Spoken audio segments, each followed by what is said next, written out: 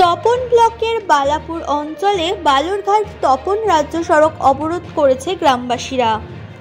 হাঁড়ি কড়াই বালতি নিয়ে জলের দাবিতে রাস্তা অবরোধ।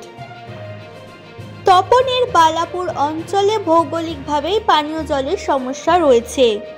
এই সমস্যার সমাধানে সরকারি প্রকল্প গ্রহণ করা হলেও তা সফল হয়নি, যে কারণে পানীয় জলের সমস্যায় ভোগেন স্থানীয় বাসিন্দারা। তাদের অভিযোগ, পঞ্চায়েত থেকে পানীয় জলের ব্যবস্থা করলেও তা সঠিক সময় আসে না। সকাল থেকে দীর্ঘ সময় লাইন দিয়ে থাকতে হয় পানীয় জলের জন্য। ভূগর্ভস্থ পানীয় জল তোলার ব্যবস্থা না থাকায় প্রতি বছরই এই ধরনের সমস্যায় পড়েন স্থানীয় বাসিন্দারা। জলের জন্য জল পাই না, চান করার, খাওয়া দাওয়া, কাপড় চোপড় চান করে যেতে হয়, পুকুরও নয়, অনেক দূর যেতে হয়। কতটা দূর থেকে জল আনতে হয় আপনাদের? এখান থেকে মানে এখানে পেতাম তো, কিন্তু এখন ওটা দিয়েও জল পেতে হয়, মানে দুজন পাওয়ার পর আর পাই না।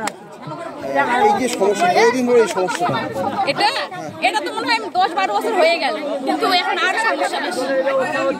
স্থানীয় পঞ্চায়েত প্রধান হ্যাঁ, এটাতে মনে হয় 10-15 মনে হয় রবিবার গেল, আর রবিবার আসবে না, মেলা রবিবার গেল। কি বলছে তারা? বললো যে এই রবিবারে দিব, এই কালকেই দিব, এই পরশু দিব, এরকম বলতেছে।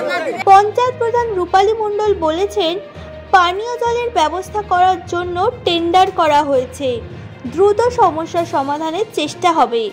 তবে পানীয় জলের সমস্যা শুধু বালাপুরে নয়, এলাকার সমস্ত গ্রামেই রয়েছে বলে তিনি স্বীকার করেছেন। আমাদের টেন্ডার ওপেন হয়ে গেছে, মানে আমরা কাজ ধরছি ওইটাকে, আমরা এখন ওটাকে ওপেন করে আমরা কাজটাকে মানে দিব অল্প দিনের মধ্যে। স্থানীয় বাসিন্দারা বলছেন যে দীর্ঘদিন ধরেই এই সমস্যাটা।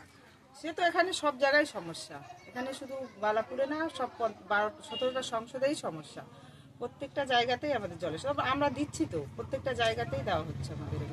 আমরা চেষ্টা করবো আমরা আগামীতে দেওয়ার জন্য। মানুষের পাশে, মানুষের সাথে আমরা আছি এই বাংলাতে।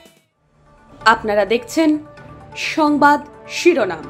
দেখলেন তো অনেক কিছু, এবার দেখুন নতুন কিছু।